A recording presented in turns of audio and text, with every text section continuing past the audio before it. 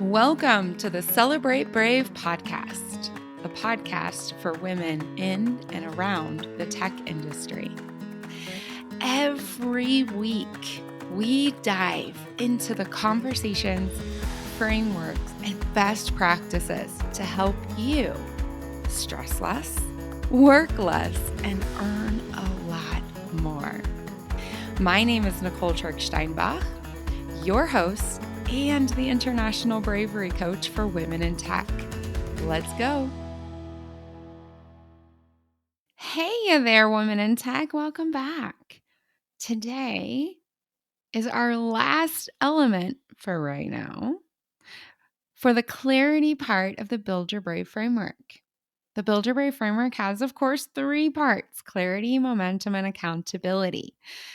If for whatever reason you missed the overview episode, feel free to go back to the Build Your Brave Framework 2.0 episode. We'll link it in the show notes, but you don't need to get a ton of value out of this episode.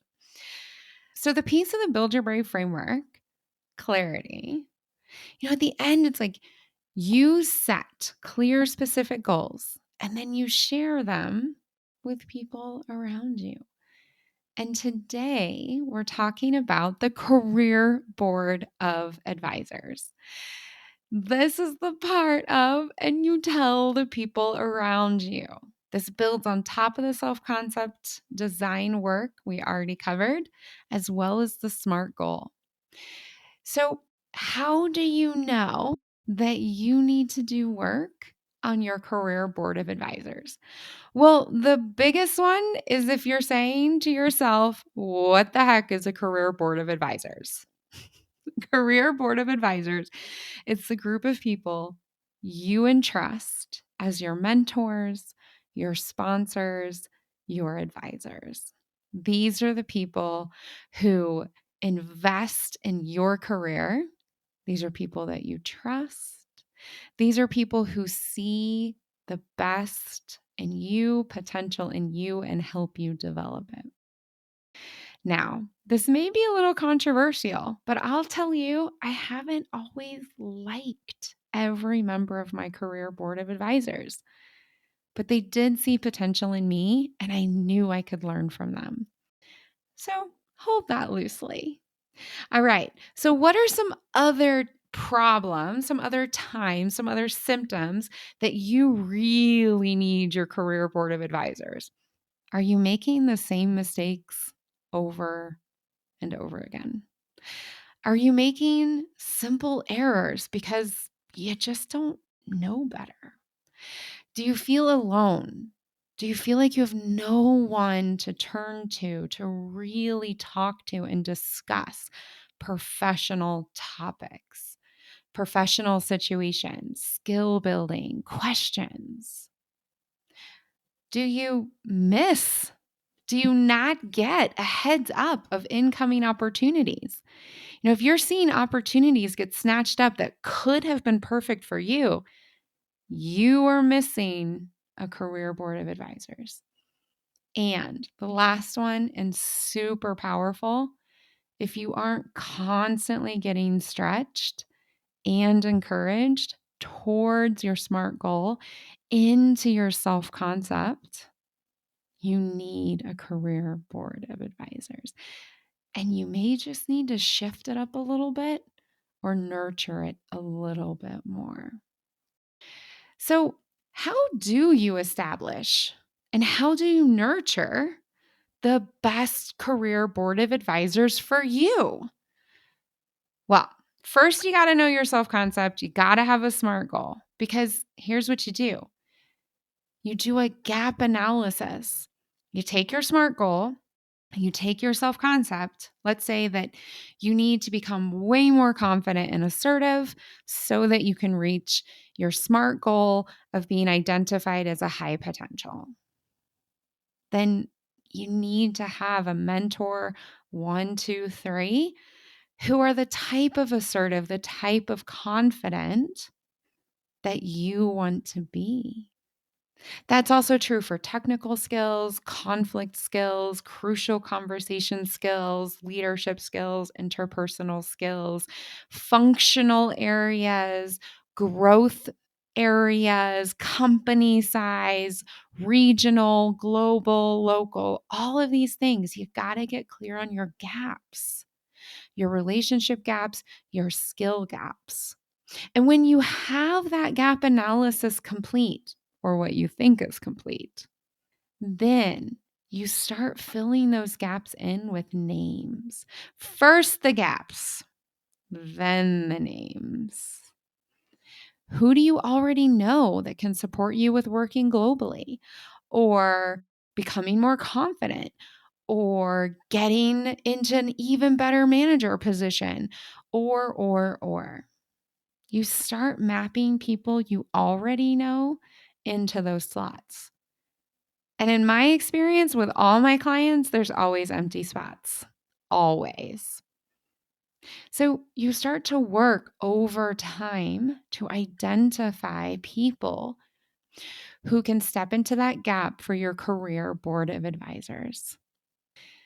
I'm going to stop here. So we're 3 steps into the process and there's 2 more. I want to tell you a quick story to illuminate this.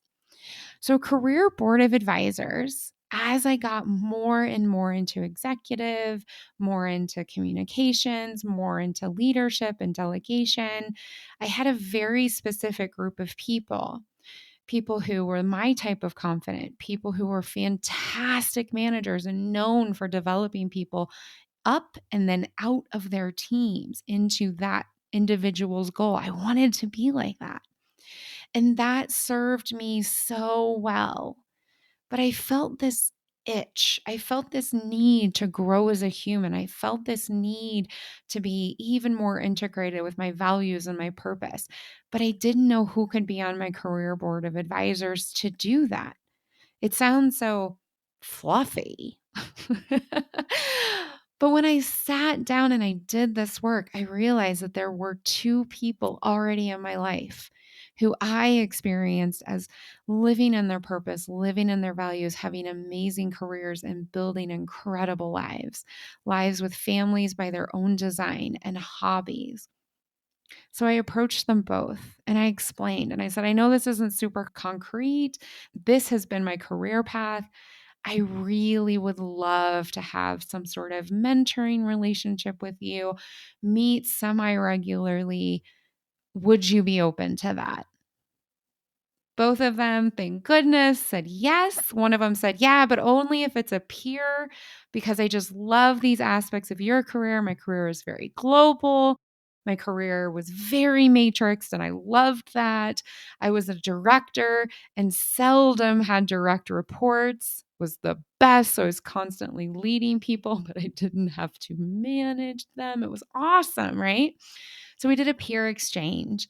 And then for the other person, they said, yeah, I'd love to mentor you. You seemed a little bit lost the last couple of times I saw you. So that's what I mean by really getting into what do I want to be doing?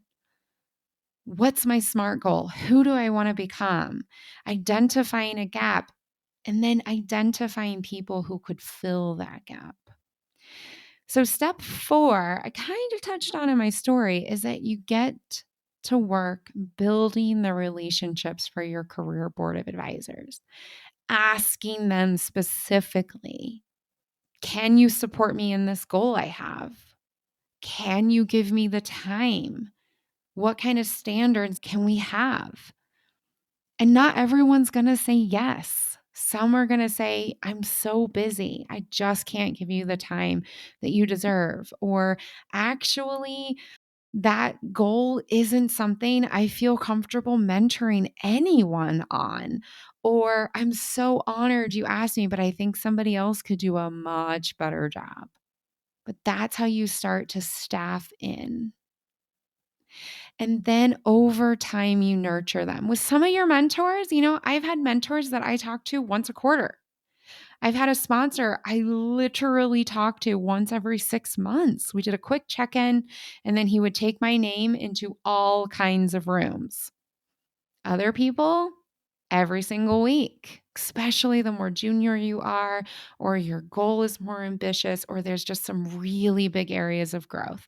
I've shared on earlier podcasts and in my welcome email exchange. If you're not on my email list, get on it and you'll read this story. But here it is. I was a disaster to work with. The term asshole is not far from the reality back then. And so as I was being mentored and coached, this was my first experience with coaching. Huge, huge, huge change. As I was being mentored and coached, I met with people, multiple people, every single week. The gap was enormous. I had to learn how to set clean and clear and calm expectations. I had to learn how to be a great person to work with. And then other people, like I said, once a quarter, every 6 months. But you set that standard with them and you nurture those relationships. That's your career board of advisors. So why do you want to do this? Well, it's the exact opposite of the pain you're having if you don't have one. First of all, you discover way more. You see not only what you don't know how to do or how to be, but a great mentor also shows you what you don't know you don't know. Saves a lot of time, saves a lot of simple mistakes. You're going to get a heads up of incoming opportunities. You're going to be in the know and have the opportunity to grab it, to say, yeah, put my hat in that ring. I'm interested. You're going to have a leg up. You're going to save loads and loads of time because you're connected. You're not going to feel alone. You're not going to spin in confusion because you're going to have people to turn to, people you trust, people that believe in you, people who've been there, who've done that and know that you can too. And then, of course, you're going to get encouraged and you're going to get stretched. And best of all, your self-design, your self-concept, it's going to be real. Your SMART goal, you're going to achieve it. And you're going to do it in community. So when you celebrate, you'll be celebrating with your whole career board of advisors and everyone else. So, as requested, a little bit of homework. Over the next week, jot down every time you think of something you want to learn or you want to do better that you could really use mentorship for. Then start putting some names next to that. Have fun. Start reaching out to people now. And some extra credit. If you see someone that you could mentor so that they could reach their SMART goal, so they could become the person they want to become, offer it. Be the person who does that. All right. Career Board of Advisors. One of the key ways to make sure you are a woman in tech who has way less stress, works less, and earns a lot more. Till next time. Hey, before you go, our fellow women in tech really need these insights.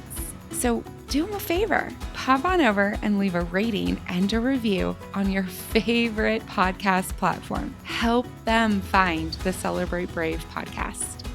All right, thanks a bunch. Until next time, brave it up.